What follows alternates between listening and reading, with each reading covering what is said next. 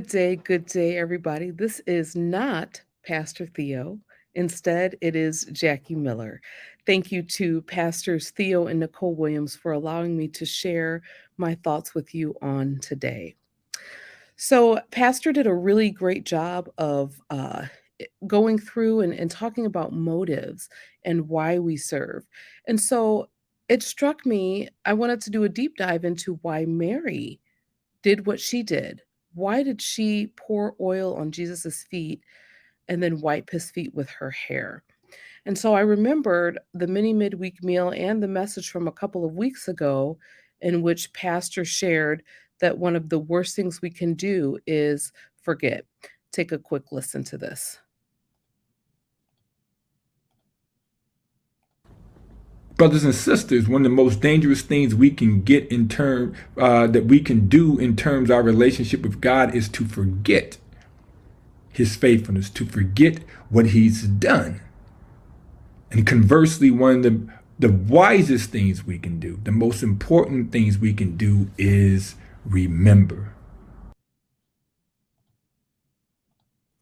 And so I wondered, what is it that Mary remembered when she poured the oil on Jesus's feet? So I took a look at the previous chapter, John chapter 11, and in John chapter 11, that was the chapter in which Lazarus had died. And the Lord found that Lazarus was already in the tomb for 4 days. And what was interesting to me is at first Martha had just run to the Lord, but then when Martha went back to Mary, she said, "The teacher is here and is calling for you." That really resonated with me because he knew that she was sad. He knew that her dear brother was dead and had been dead for 4 days, and he called for her. And when Mary got there, she quickly went out and she fell to his feet and she said, "Lord, if you had been here, my brother would not have died."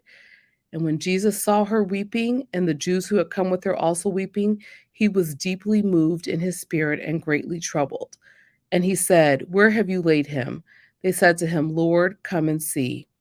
And then we have Jesus wept. And so that was interesting to me that that's Mary's memory. That's what Mary remembered. She remembered that the Lord called for her. He saw her sadness and he himself wept. And then, of course, he went on to raise Lazarus from the dead.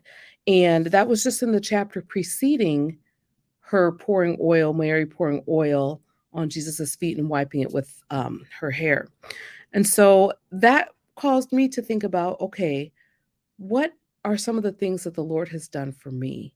I want to make sure that I am remembering the good things that He's done for me.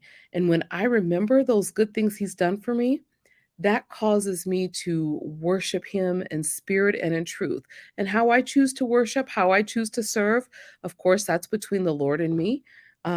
Like Pastor said, it's not for us to go about showing and saying, "Oh, I did this. Oh, I did that. Oh, look at me," because that's the wrong motive. So I think about how when I was younger, um, I knew what the least painful way of taking my life would be. I don't know if I ever told anybody that. I knew, and the Lord saved me from that dead place of despair. He saved me from the dead place of fear. For many, many years of my life, I lived in fear. Um, he saved me from that fear and He set me free.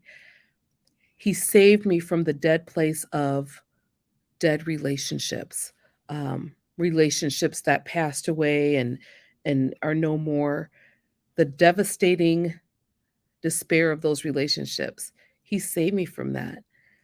And something else that He's always done is He's always provided for me. I have never, even when all my finances were gone, even when I was in deep, um, the deep pit of despair, I was never without. I always had food to eat.